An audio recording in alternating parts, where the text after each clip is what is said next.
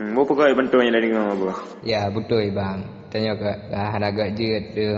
Tak dengar abang-abangnya mungkin jet tu bacut-bacut. Dia ada pegang lebih je ke Long Sabah ke Walid sedikit ke Marzuki Aceh Utara Sabah mek dua. Jobo. 8 ke Kadir Taboh Aceh Udara Sid. Anak ada doa balah bang. Kau hek lu fikir. Mu nyabut nyo hancur abang hancur dong ke baraman tu. Kadang cik nai fikir kita nyo kadang baca orang.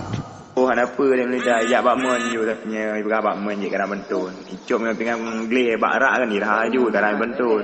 Awak tak gua barat je bentun. Nyo tak gua timur mana je bentun dia. Dek melidah. Mana urang tu? Ya, orang pegang bentun tu. Berumpat kampung. Cewek-cewek belum pertama yang bangat dah bala bentun. Ada tanya motor bala. Cewek-cewek mana gelah tadi. Di tinggal kau bro, nak habis. Grup bentun ber. Burungnya dua lain pertama dia. Alhamdulillah puja ke Tuhan yang pujit alam langit dan dunia. Barakan-rakan bacut lun pesan dengar lun karang haba lun rika. Barakan-rakan bacut lun pesan haba lun karang bacut lun rika.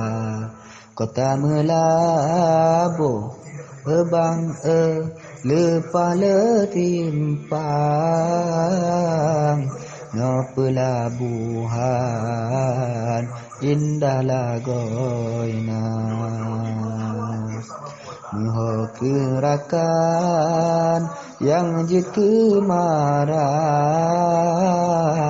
Nabi balasan Ba'de maulidah Sedek teripa jalan gereduknya di peberuju anak mehoka. Bukan le sayang kalon beruju di pokasi ju malam kajula. Ade maulida bele tahu saradu kena lam tasu juta karang haba. Hodik mauliza bungong lam taman kau no malam golom trutuka bebratat pike de pegot karangan nyorakan di preh gata.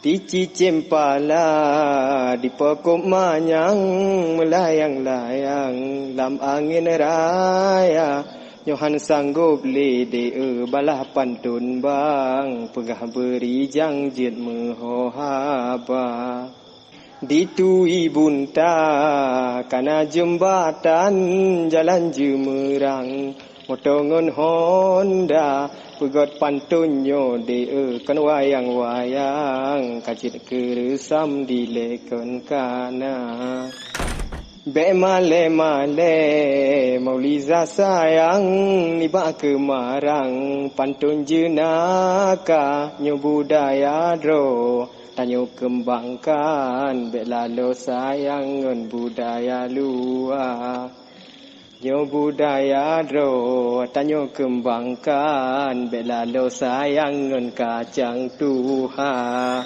Lunja gunung lunja korubong lembo kulit pun lembo lam ija melabuh dua sang halin lontren jino lun sambung ngende maulida melabuh dua sang halin lontren jino lun sambung ngende maulida ede maulida si bunga